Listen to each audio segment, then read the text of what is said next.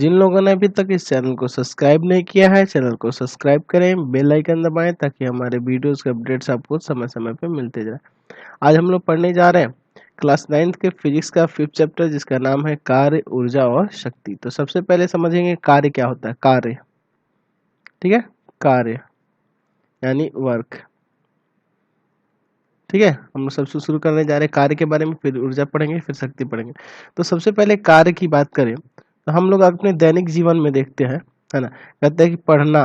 तो पढ़ना भी हम क्या करें, अगर जैसे आपसे कोई घर में पूछे क्या करो बाबू, तो आप कहते हो पढ़ाई कर रहे हैं, है ना। तो इसका मतलब पढ़ना भी एक काम हुआ। खेलना, कूदना, है ना, दौड़ना, ये सब क्या है, एक तरह का कार्य है। घूमना, घूमना भी तो एक कार्य हो गया ना। मतलब कोई भी इस तरह से जो देख रहे हैं सब क्या होता है, कार्य होता है। लेकिन ये आपके किस बात, आपके दैनिक जीवन में अगर देखा जाए उस तरह से, लेकिन भौतिकी में ऐसा कुछ नहीं है। ठीक है, भौतिकी में ऐसा कुछ नहीं है। कार्य का एक विशेष अर्थ होता है। ठीक है, कार्य का एक विशेष अर्थ होता है। और कार्य क्या है, एक भौतिक राशि। एक ऐसी राशि है, तो कार्य एक भौतिक राशि है। भौतिक राशि है, फिजिकल क्वांटिटी है, जिसके लिए एक विशेष मात्रक होता है। इसके लिए क्या होता है, एक विशेष मात्रक होता है। अतः हम कह सकते हैं कि कार्य जो होता है, तो इस तरह से हम फिजिक्स में क्या कहेंगे कि फिजिक्स में कह सकते हैं कि भौतिकी में, है ना, इसको क्या कह सकते हैं, भौतिकी में कार्य से हमारा तात्पर्य यांत्रिक कार्य से है। यहाँ देखिए, यानी मैकेनिकल वर्क से है, ना कि खेलना कूदना घूमना फिरना, इस सबसे नहीं है। ठीक है, तो यहाँ जो कार्य होगा, कार्य एक यहाँ जो होगी एक भौतिक राशि है, जिसके लिए हम लोग एक विशेष मात्रक इस्तेमाल करते हैं। ठीक है, जो हम लोग इसमें आगे पढ़ेंगे। अब जानते हैं कार्य कैसे संपादित होता है। तो यहाँ लिखा हुआ है कि यांत्रिक कार्य, यानी कार्य, कार्य कहिए यांत्रिक कार्य कहिए, तभी संपन्न होता है जब किसी वस्तु पर हम बल लगाते हैं और बल विस्थापित, है ना, वस्तु विस्थापित हो। कहने का मतलब यह है, कार्य कब होता है, तो जब हम किसी वस्तु पर बल लगाएंगे और वह विस्थापित होगी, मतलब उसका जगह बदलेगा।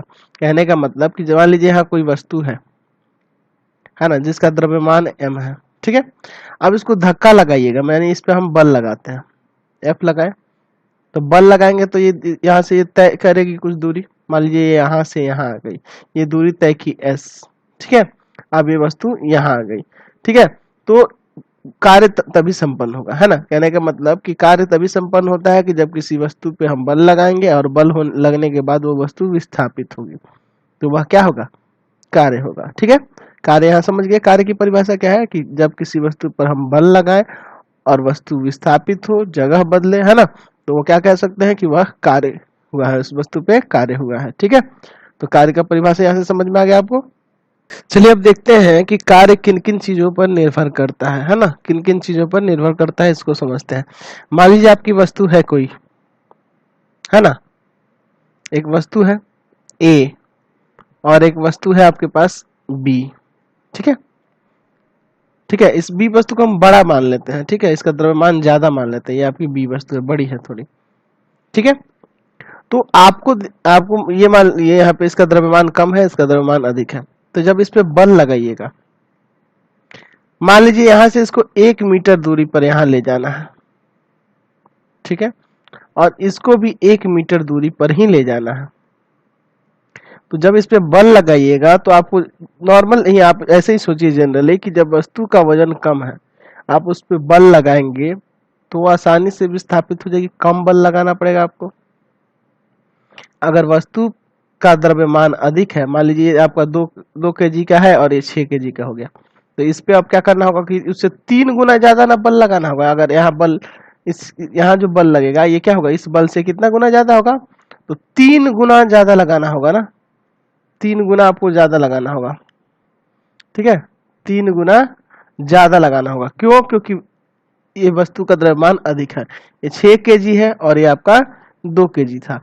ठीक है, तो यहाँ से आप ये देखें कि अगर दूरी यहाँ समान लिए 1-1 मीटर लिए और वस्तु पे यहाँ देख रहे हैं कि अगर उतना विस्थापित करना है, तो वो किस पे निर्भर कर रहा है, उसके द्रव्यमान पे निर्भर कर रहा है। समझ आया ना, यहाँ कि दूरी हम लोग समान रख लिए है इसमें, और 2 को भिन्न भिन्न द्रव्यमान वाली वस्तु ले लिए, तो जिसका द्रव्यमान अधिक होगा उस पर उतना ज्यादा बल लगाना होगा, और जिसका द्रव्यमान कम होगा उस पर उतना कम बल लगाना पड़ेगा। तो इस पे आसानी से विस्थापित हो जाएगा, इस पे ज्यादा बल लगाना पड़ेगा तो विस्थापित होगा। दूसरी चीज, मान लीजिए हम लोग दो को समान द्रव्यमान वाली वस्तु लिए, समान द्रव्यमान, तो इसका भी द्रव्यमान उतना ही है। अगर इसका 2 kg है तो इसका भी 2 kg है, 3 kg है तो 3, द्रव्यमान समान है। मान लीजिए इसको 1 मीटर विस्थापित करना है और इसको हम मान लेते हैं कि 2 मीटर विस्थापित करना है, तो इस पे बल लगाइएगा और इस पे बल लगाइएगा, तो यहाँ वाला बल, यहाँ जो बल लगेगा उसका 2 गुना ज्यादा यहाँ बल आपको लगाना होगा, यहाँ 2 गुना ज्यादा बल लगाना होगा, क्योंकि इसको ज्यादा दूरी तक विस्थापित करना है। इसलिए यहाँ, तो यहाँ 1 मीटर ले जाना है, 2 मीटर ले जाना है, इसलिए इसे यहाँ 2 गुना ज्यादा बल लगाना होगा। यानी आप देख रहे हैं कि वस्तु का, है ना, वस्तु पे क्या देख रहे हैं कि वस्तु का कार्य जो हो रहा है, कार्य 2 चीजों पे निर्भर कर रहा है। एक तो बल पे निर्भर कर रहा है, क्योंकि जितना, है ना, बल पे निर्भर कर रहा है, और दूसरा किस पे निर्भर कर रहा है, तो तय की गई दूरी पर निर्भर कर रहा है। अगर बल अधिक आरोपित हो रहा है तो वस्तु ज्यादा दूर विस्थापित हो जाएगी, बल कम आरोपित हो रहा है तो वस्तु कम विस्थापित होगी।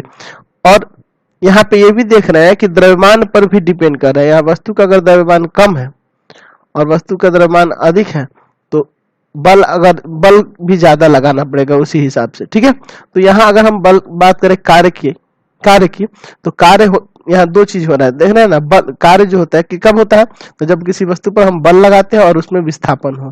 तो यहाँ देख रहे हैं बल और विस्थापन दोनों पे डिपेंड करता है। तो अगर बल अधिक रहेगा तो विस्थापन अधिक होगा, बल कम लगेगा तो विस्थापन कम होगा, ठीक है।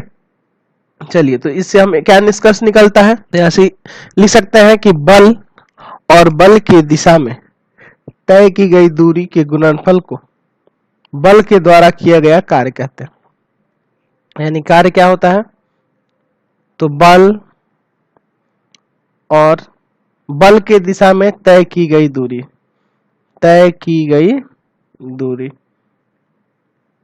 ठीक है, तय की गई दूरी। तो मान लीजिए किसी वस्तु पर बल लग रहा है F और विस्थापन हो रहा है, यानी वो तय की गई दूरी जो है, यानी विस्थापन भी कह सकते हैं, तय की गई दूरी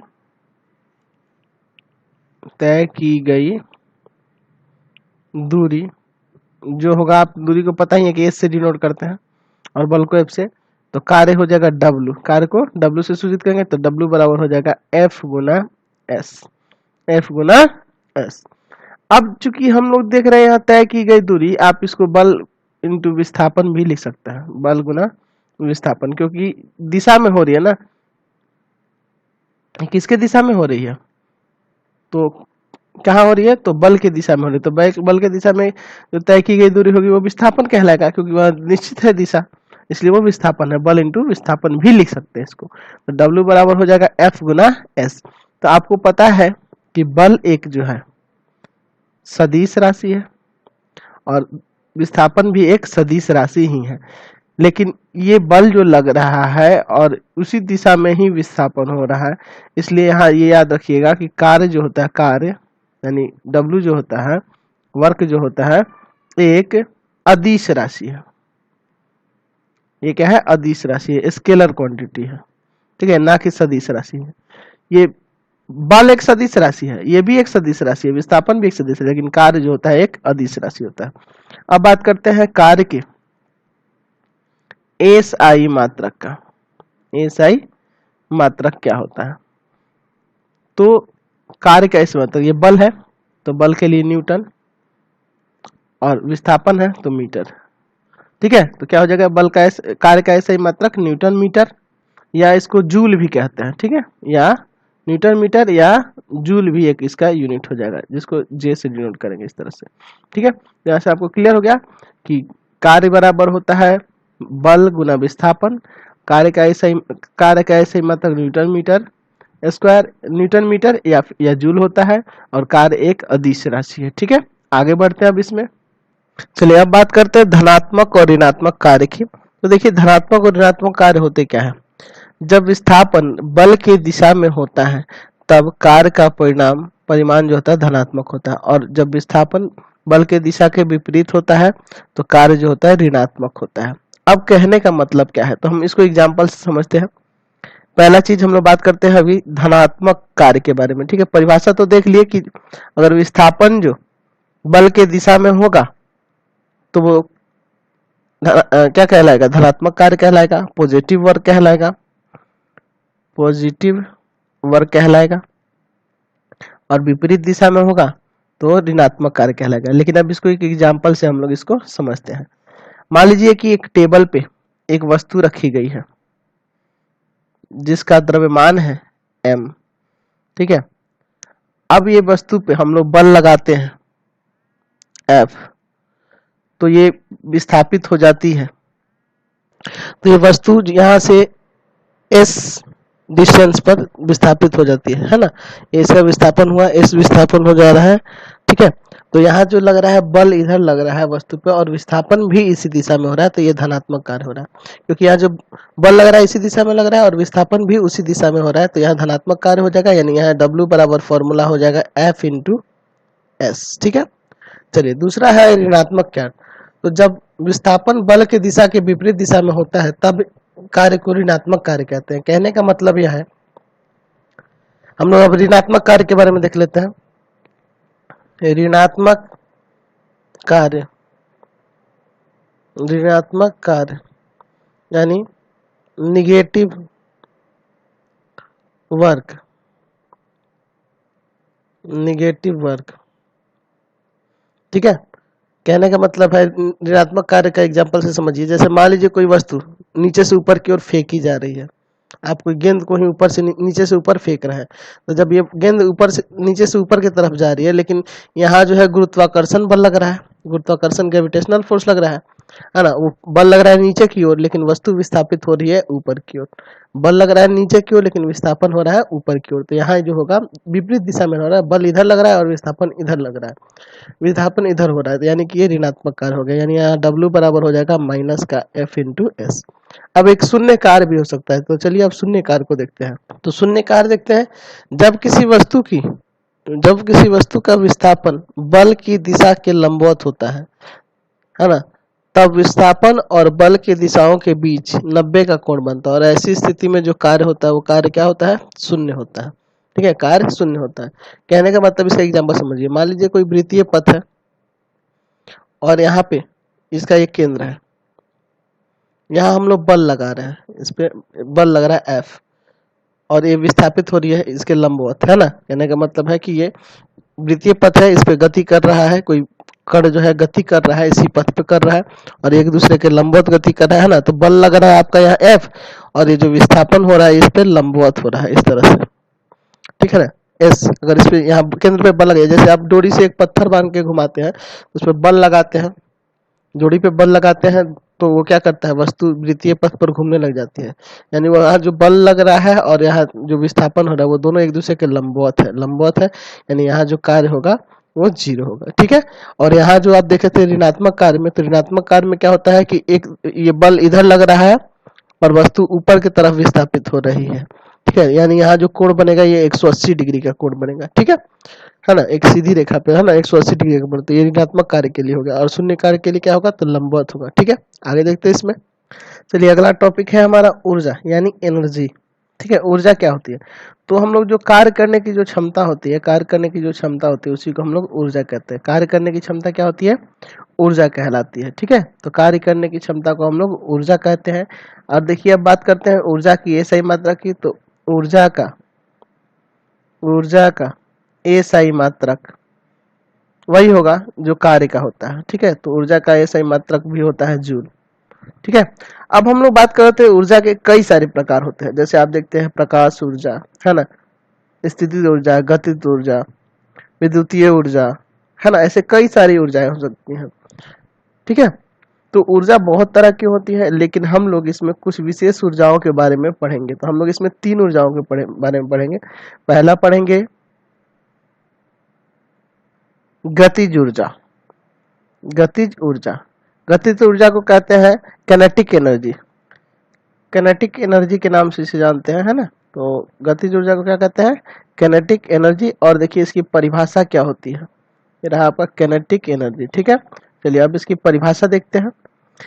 कह रहे किसी वस्तु को उसकी गति के कारण कार्य करने की जो क्षमता होती है उस वस्तु की गतिज ऊर्जा कहलाती है।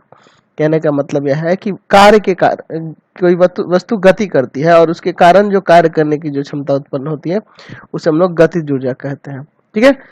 तो चलिए यहाँ गतिज ऊर्जा को हम लोग सूचित करते हैं ई के से, है ना। किनेटिक एनर्जी है तो के आ गया किसके लिए, किनेटिक के लिए, और ई आ गया एनर्जी के लिए। तो ई के से सूचित करते हैं इसे, ठीक है, सूचित करते हैं, ई के से सूचित करते हैं।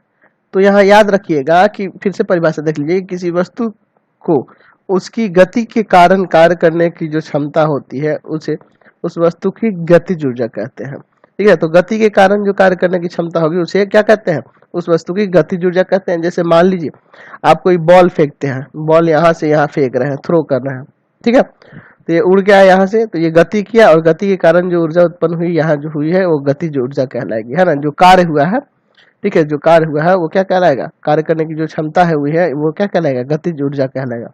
तो आपको पता ही है कि कार्य करने की क्षमता ही ऊर्जा कहलाती है। तो ये वस्तु जो गेंद है यहाँ से उड़ के यहाँ आया, यानी ये गति किया, गति करने के कारण जो यहाँ ऊर्जा उत्पन्न हुई, है ना, और जो क्षमता हो रही है कार्य करने की वही क्या कहलाती है, गतिज ऊर्जा कहलाती है। तो चलिए अब इसे किस फॉर्मूले से गतिज ऊर्जा को निकाला जाता है उसको देख लेते हैं। मान लीजिए कोई वस्तु है, ठीक है, वस्तु है, इसका द्रव्यमान है m, इसका द्रव्यमान कितना है, द्रव्यमान है आपका m है, इसका द्रव्यमान है m, ठीक है, द्रव्यमान है m, और इस पे जो त्वरण उत्पन्न हो रहा है वो त्वरण है, वो त्वरण है a, ठीक है। इसका प्रारंभिक वेग, इसका प्रारंभिक वेग मानना होगा आपको, प्रारंभिक वेग जो दिया हुआ है वो हम लोग मानते हैं यहाँ v, और अंतिम वेग, इसका अंतिम वेग होगा 0, ठीक है, अंतिम वेग होगा 0, क्योंकि ये वस्तु जो है यहाँ से यहाँ आ रही है, इसमें जो गतिज ऊर्जा हो रही है जिसके कारण यहाँ के रुकेगी ना, ये वस्तु जो है यहाँ के रुक जाएगी, यानी शुरू का वेग है v और अंतिम वेग है 0, ठीक है। तो आप फॉर्मूला एक जानते हैं कि होता है v स्क्वायर बराबर u स्क्वायर प्लस 2as। तो v यहाँ जो होता था वो अंतिम वेग होता था ना, फॉर्मूला आप जानते हैं ना, गति का तीसरा समीकरण, गति का तीसरा समीकरण जानते हैं, गति का तीसरा समीकरण जो होता है, तीसरा समीकरण जो होता है वो होता है v स्क्वायर बराबर u स्क्वायर प्लस 2as। लेकिन यहाँ जो v है ये अंतिम वेग के लिए है और u जो है प्रारंभिक वेग के लिए, यहाँ उल्टा हो रहा है। तो अंतिम वेग यहाँ आपका 0 है, तो v की जगह यहाँ 0 आ जाएगा और u की जगह आ जाएगा v स्क्वायर और 2as, यहाँ से ये आएगा ना। चलिए यहाँ से हम लोग मान निकालते हैं a का, तो ये प्लस का इधर आके माइनस का होगा, यहाँ से a बराबर हो जाएगा v स्क्वायर बटा माइनस का 2s, ठीक है। अब चूंकि हम लोग ये निकाल रहे हैं कार्य, आपको पता है कि कार्य जो होता है, वर्क जो होता है ना, वर्क बराबर आप पहले पढ़ चुके हैं, वर्क बराबर होता है F इंटू एस, ये आप पढ़ चुके हैं, ठीक है, ये हम लोग अभी पढ़े हैं। तो अगर हम कार्य की बात करें तो कार्य को हम F के जगह हम लोग ये भी तो यूज करते हैं, M इंटू ए भी तो यूज कर सकते हैं ना। तो हम लोग चाहे तो इस F को हटा ही देते हैं और यहाँ लिख देते हैं M इंटू ए, क्योंकि बल बराबर होता है ना द्रव्यमान गुणा त्वरण, ये F बराबर, चूंकि हम लोग जानते हैं ना फॉर्मूला, F बराबर होता है M इंटू ए, तो यहाँ से F हटा के M इंटू ए लिख दिया और इंटू में क्या है आपका S है, ठीक है। W बराबर M इंटू ए की जगह वो रख सकते हैं ना, v स्क्वायर बाई माइनस का 2s इंटू एस, ठीक है। ये देखिए एस एस काट दीजिए, एस काट दीजिए, तो यहाँ से आपका W जो आ गया। अब आपको पता है कि कार्य जो होता है, कार्य जो होता है ऊर्जा के बराबर होता है, क्योंकि वो उसकी क्षमता होती है। तो यहाँ पे W के जगह पे हम लोग यूज कर सकते हैं क्या, ई के, क्योंकि किनेटिक एनर्जी है ना, तो इसको ई के से सूचित करेंगे। अब देखिए ये ऊर्जा निकल रहा है और ये ऊर्जा जो है यहाँ पे जो देख रहे हैं, यहाँ ए बराबर आया है v स्क्वायर माइनस का 2as, तो यहाँ से ये जो है ई के बराबर हो जाएगा माइनस का 1/2 mv स्क्वायर। लेकिन यहाँ जो है ऊर्जा जो निकल रही है, ये ऊर्जा जो उत्पन्न हो रही है, ये जिधर बल लग रहा है उसी दिशा में हो रही है, जिधर वस्तु द्वारा बल लग रहा है और बल फेंक रहा है इधर की तरफ, तो इधर ही विस्थापन हो रहा है, यानी ये होगी क्या होगी, धनात्मक होगी। इसलिए आप ई के बराबर लिख सकते हैं ऐसे फॉर्मूला 1/2 mv²। ठीक है, ई के बराबर 1/2 mv²। तो यहाँ जान लेते हैं क्या क्या है। तो आपका ई के जो है वो क्या है, गतिज ऊर्जा है, गतिज ऊर्जा है आपका। ठीक है, एम क्या है, तो वस्तु का द्रव्यमान है। ठीक है, वस्तु का द्रव्यमान है, द्रव्यमान है। और भी जो है इसका वेग है, प्रारंभिक वेग जो है इसका भी है। ठीक है, तो यहाँ से आपको क्लियर हो गया। तो फॉर्मूला याद रखिएगा, ई के 1/2 mv² किसके लिए, तो गतिज ऊर्जा निकालने के लिए। और यहाँ जो अगर बात करें ई के का भी ये सही मात्रक क्या होगा, तो इसका भी ये सही मात्रक जो होगा जूल ही होगा, क्योंकि ये भी तो एक एनर्जी ही है, तो एनर्जी का मात्रक जूल होता है। ठीक है, आगे देखते हैं इसमें। चलिए अगला है स्थितिज ऊर्जा, यानी कि पोटेंशियल एनर्जी। पोटेंशियल एनर्जी क्या कहलाता है, इसके बारे में देखते हैं। किसी वस्तु को उसकी स्थिति या आकृति में परिवर्तन के कारण, किसी वस्तु की स्थिति बदले, मतलब कि उसकी स्थिति बदल जाए, है ना, मतलब वो दूसरी स्थिति में चल जाए या आकृति में परिवर्तन हो जाए, है ना, तो इसके कारण जो कार्य करने की क्षमता होती है उसे वस्तु की स्थितिज ऊर्जा कहते हैं। ठीक है, समझ गए। चलिए मान लीजिए कोई पिंड है या कोई वस्तु है, कोई वस्तु है, इसका द्रव्यमान है m, ये ऊपर की ओर फेंका जा रहा है, ऊपर की ओर जा रहा है। तो आपको पता है कि जब ऊपर की ओर जाएगा तो यहाँ गुरुत्वाकर्षण बल लगेगा जी, है ना। तो यहाँ मान लेते हैं कि वस्तु का जो है द्रव्यमान, है ना, वस्तु का जो द्रव्यमान है वो आपका m है। यहाँ जो गुरुत्व बल लग रहा है ना, गुरुत्व त्वरण जो उत्पन्न हो रहा है, या गुरुत्व, है ना, गुरुत्व त्वरण जो उत्पन्न हो रहा है वो ए जी है। और यहाँ जो बल लगा रहे हैं, यहाँ जो बल लगा रहे हैं, बल वो आपका क्या है, एफ है ना। बल इस दिशा में हो रहा है, ऊपर की तरफ हो रहा है। यहाँ बल, सॉरी, बल नीचे की तरफ लगेगा ना, सॉरी, बल नीचे की तरफ लग रहा है ना, वो बल आपका एफ है। और यहाँ गुरुत्व त्वरण का मान जी है। और ये वस्तु नीचे से ऊपर की ओर जा रही है, तो इसका वस्तु ऊंचाई ना कहेंगे, वस्तु ऊंचाई, है ना, वस्तु ऊंचाई जो है, वस्तु ऊंचाई जो है इसका h मान लेते हैं, है ना। यानी वो तय की गई दूरी ही होगा, वस्तु ऊंचाई जो होगा यहाँ क्या होगा, तय की गई दूरी ही होगा। वस्तु ऊंचाई जो यहाँ देख रहे हैं एक तरह से क्या है, ये तय की गई दूरी है, ये तय की गई दूरी है। ठीक है, आप फॉर्मूला जानते हैं ना कि यहाँ कार्य बराबर होता है F इंटू एस, ये जानते हैं फॉर्मूला। तो यहाँ कार्य जो होता है, कार्य जो होता है, आपको पता चल गया कि कार्य जो होता है वो किसके बराबर होता है, तो ऊर्जा के बराबर होता है। यानी कि W जो होगा किसके बराबर हो जाएगा, तो ये आपकी किस कौन सी ऊर्जा है, स्थितिज ऊर्जा। तो स्थितिज ऊर्जा को हम लोग किससे सूचित करेंगे, तो स्थितिज ऊर्जा है यानी EP से सूचित करेंगे। ठीक है, इसे EP से सूचित करेंगे, EP से सूचित करते हैं, सूचित करते हैं। ठीक है, चलिए तो क्या हो जाएगा यहाँ से आपका EP बराबर,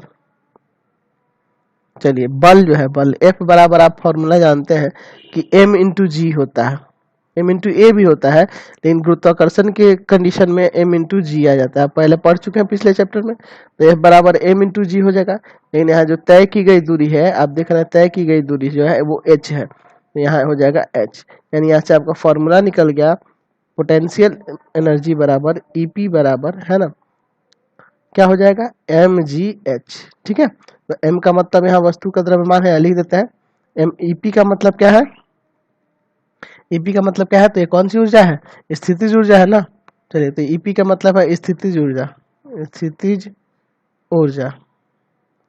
ठीक है, और क्या है, m का मतलब क्या है, तो यहाँ द्रव्यमान है, वस्तु के द्रव्यमान से मतलब है इसका, द्रव्यमान। और क्या बचा आपका, तो बच गया g, यहाँ गुरुत्व त्वरण है, गुरुत्व त्वरण का मान है, गुरुत्व त्वरण का मान है। और h जो है ऊंचाई है, वस्तु की ऊंचाई है, h क्या है, वस्तु की ऊंचाई है या तय की गई दूरी है। तो यहाँ से आपको क्लियर हो गया। तो EP बराबर हो जाएगा mgh, और इसका भी SI मात्रक जो होगा वो जूल ही होगा, क्योंकि ये भी एक तरह की ऊर्जा है। ठीक है, आगे देखते हैं इसमें। तो इसमें एक और ऊर्जा है जिसके बारे में आपके बुक में नहीं यूज किया है, लेकिन हम आपको बता देते हैं, यांत्रिक ऊर्जा। ठीक है, यांत्रिक ऊर्जा, अंग्रेजी में क्या कहेंगे इसको, तो इसको कहेंगे मैकेनिकल, मैकेनिकल, है ना, मैकेनिकल एनर्जी। ठीक है, यांत्रिक ऊर्जा। तो ये कह सकते हैं कि गतिज ऊर्जा तथा स्थितिज ऊर्जा के योग को यांत्रिक ऊर्जा कहते हैं, यांत्रिक ऊर्जा कहते हैं। ठीक है, और इसे किससे सूचित करते हैं? तो इसे आप सूचित करिएगा EM से। तो EM बराबर क्या होगा? तो गतिज ऊर्जा मतलब E के किनेटिक एनर्जी और पोटेंशियल एनर्जी EP दोनों के योग के बराबर, यानी EM बराबर फॉर्मूला आपका आ जाएगा इसका 1/2 mv², और इसका आपको फॉर्मूला पता है mgh होता है। ठीक है, ये क्लियर हो गया। चलिए अगला टॉपिक इसमें देखते हैं। चलिए अगला टॉपिक है आपका ऊर्जा संरक्षण का सिद्धांत, यानी ऊर्जा संरक्षण का सिद्धांत के बारे में हम लोग इसमें देखते हैं। कहने का मतलब क्या है कि ऊर्जा संरक्षण का एक सिद्धांत है जिसके कारण ऊर्जा संरक्षित रहती है, ऊर्जा कभी नष्ट नहीं होती है। ठीक है, वही यह सिद्धांत दिया गया है कि ऊर्जा ना तो उत्पन्न की जा सकती है और ना ही नष्ट की जा सकती, किंतु एक रूप से दूसरे रूप में उसका रूपांतरण होता है। तो यही है ऊर्जा संरक्षण का सिद्धांत। कहने का मतलब यह है कि जैसे आप देखते हैं घर में आपके पंखा चलता है, आपके घर में जो पंखा चलता है उस पंखे पे आपने ध्यान दिया कि वो कहाँ से उसको ऊर्जा मिल रही है? तो उसको ऊर्जा मिल रही है बिजली ऊर्जा, है ना, विद्युत ऊर्जा मिल रही है। और विद्युत ऊर्जा वो किस में कन्वर्ट कर दे रहा है? तो कर दे रहा है किस में? वायु ऊर्जा में कन्वर्ट कर दे रहा है, मतलब उसका रूपांतरण हो गया, वो नष्ट नहीं हुआ। अब बल्ब जलता है घर में, आपके विद्युत का बल्ब जल रहा होगा, बल्ब ग्लो करता है, बल्ब ग्लो कर रहा है, वहां जो ऊर्जा मिल रही है उसको, वो कौन सी है ना, तो वो भी वहां विद्युत ऊर्जा मिल रही है जिसे वो प्रकाश ऊर्जा में कन्वर्ट कर देता है। अब सूर्य के प्रकाश से सोलर सिस्टम से बैटरी चलकर वहां सौर ऊर्जा आती है, सौर ऊर्जा से आपका सेल चार्ज हो जाता है, यानी कि वो किस में? विद्युत ऊर्जा में कन्वर्ट हो जाता है। अब उस विद्युत ऊर्जा का अलग अलग हम लोग इस्तेमाल कर सकते हैं। आप आयरन करते हैं, है ना, आयरन करते हैं कुछ कपड़ा वगैरह, है ना, तो आयरन देखते हैं कि वो किसमें गर्म हो जाता है, यानी गर्म होने का मतलब एक विद्युत ऊर्जा किसमें कन्वर्ट हो जाती है? उष्मा ऊर्जा में कन्वर्ट हो जाती है। तो यहाँ से ये तात्पर्य है कि ऊर्जा आप कहीं से उत्पन्न नहीं कर सकते हैं और ना ही उसको नष्ट कर सकते हैं, बस उसका आप रूपांतरण कर सकते हैं, यानी एक स्थिति से उसके दूसरे स्थिति में उसका परिवर्तन होता है, ना कि वो उत्पन्न होता है और ना ही नष्ट होता है। ठीक है, तो यही है ऊर्जा संरक्षण का सिद्धांत। चलिए अगला टॉपिक है आपका शक्ति। शक्ति को अंग्रेजी में कहते हैं पावर। पावर क्या होता है? ठीक है, शक्ति क्या होती है इसके बारे में जानते हैं। प्रति इकाई समय में किए गए कार्य को शक्ति कहते हैं, यानी प्रति इकाई समय में जो कार्य होता है उसको शक्ति कहते हैं। यानी अर्थात ये कह सकते हैं कि शक्ति कार्य करने की समय दर है। ठीक है, कार्य करने की समय दर है। तो शक्ति बराबर आप कह सकते हैं कि प्रति इकाई समय में किया गया कार्य क्या कहलाता है? शक्ति कहलाता है। यानी हो जाएगा शक्ति बराबर कार्य और बटा उस कार्य को करने में लगा समय, यानी यहाँ से शक्ति को अंग्रेजी में पावर कहते हैं, तो इसे P से डिनोट करेंगे और कार्य W से और समय T से, तो P बराबर हो जाएगा W/T, फॉर्मूला हो जाएगा W/T। अब चलिए हम लोग इस फॉर्मूला का ऐसे भी तो लिख सकते हैं कि P बराबर W की जगह आप F × S भी इस्तेमाल कर सकते हैं, बटा में T दे सकते हैं, या आप ये भी कह सकते हैं कि P बराबर हो जाएगा एनर्जी बटा T, E/T, क्योंकि कार्य जो होता है किसके बराबर होता है? ऊर्जा के बराबर होता है। यानी आप यहाँ से ये भी फॉर्मूला लगा सकते हैं कि E बराबर P × T, यानी आप यहाँ से ये निकाल लिए कि ऊर्जा बराबर हो जाएगा शक्ति गुना समय, है ना, ऊर्जा बराबर क्या हो गया? शक्ति गुना समय। ठीक है, तो चलिए यहाँ से अब इसके एसआई मात्रक की बात करें तो पावर का एसआई मात्रक, है ना, शक्ति का एसआई मात्रक जो होता है, शक्ति का एसआई मात्रक जो होता है वो आपका होता है क्या होगा? तो कार्य है तो इसका जूल, और टाइम है तो सेकंड, तो जूल प्रति सेकंड, या इसको वाट से भी एक अदर यूनिट है जिसे वाट से डिनोट करता है ना, अंग्रेजी में कैपिटल लेटर से W लिखा जाता है, वाट से डिनोट करता है। ठीक है, तो शक्ति का सही मात्रक जूल प्रति सेकंड या वाट होता है। तो देखिए यहाँ से ये जो एक फॉर्मूला बना है, यहाँ पे हम ये भी निकाल लिए हैं कि E बराबर मतलब ऊर्जा बराबर होता है शक्ति गुना समय। इसका प्रयोग हम लोग आगे 10th क्लास में भी करेंगे, ठीक है। तो आगे हम इसमें देखते हैं। तो यहाँ से आपको शक्ति क्लियर हो गया। तो शक्ति क्या होता है, तो कार्य करने की जो दर होती है शक्ति कहते हैं। तो P बराबर होता है W/T, इसका जूल प्रति सेकंड या वाट ऐसा ही मात्रक होता है। अब हम लोग W की जगह F/S फॉर्मूला जानते हैं ना, तो यहाँ से एक ये फॉर्मूला बन गया। या फिर हम जानते हैं कि कार्य जो होता है ऊर्जा के बराबर होता है, तो P बराबर E/T भी बन गया, यानी यहाँ से ये इंटू कर गया, E बराबर क्या हो गया, P/TV फॉर्मूला हो गया। तो हम लोग अगर बात करें 1 किलोवाट, 1 किलोवाट, तो वाट जो होता है किसका मात्रक होता है, किसका होता है, तो अभी आप किसका देखे हैं, शक्ति का। तो यहाँ से E के बराबर क्या हो जाएगा, E 1 है ना, यहाँ दिया है 1 kW, यानी कि 1 किलोवाट बराबर हम लोग इसको लिख सकते हैं 1000 वाट, या फिर ये भी लिख सकते हैं कि 1000 जूल प्रति सेकंड, है ना। वाट जो होता है जूल प्रति सेकंड के बराबर ही ना होगा, क्योंकि दोनों एक ही चीज है ना। वाट लिखिए या जूल प्रति सेकंड लिखिए, दोनों शक्ति का ही ऐसा ही मात्रक है, ठीक है। यहाँ से ये क्लियर हो गया। तो देखिए एक और प्रचलित मात्रक होता है शक्ति का, ठीक है, जिसे हम लोग अश्व शक्ति के नाम से जानते हैं। अश्व शक्ति यानी हॉर्स पावर के नाम से जानते हैं, जिस संकेत में HP डिनोट करते हैं। तो 1 HP जो होता है 746 वाट के बराबर होता है, ठीक है। तो 746 वाट के, यानी कि ये कह सकते हैं कि ये किलोवाट से छोटा होता है, किलोवाट से छोटा होता है, क्योंकि 1 किलोवाट में होता है 1000 वाट, है ना, लेकिन 1 हॉर्स पावर में 746 वाट होता है, ठीक है। तो ये हॉर्स पावर भी याद रखिएगा। चलिए इस चैप्टर का ये लास्ट टॉपिक है ऊर्जा का व्यावसायिक मात्रक, है ना। तो आप देखते हैं कि ऊर्जा का ऐसा ही मात्रक जनरली हम लोग क्या जान रहे हैं कि जूल होता है, लेकिन जूल बहुत ही छोटा इकाई है ना। छोटा इकाई है, इसलिए हम लोग हर जगह जूल का इस्तेमाल नहीं कर सकते। तो वही चीज हमें यहाँ देखना है।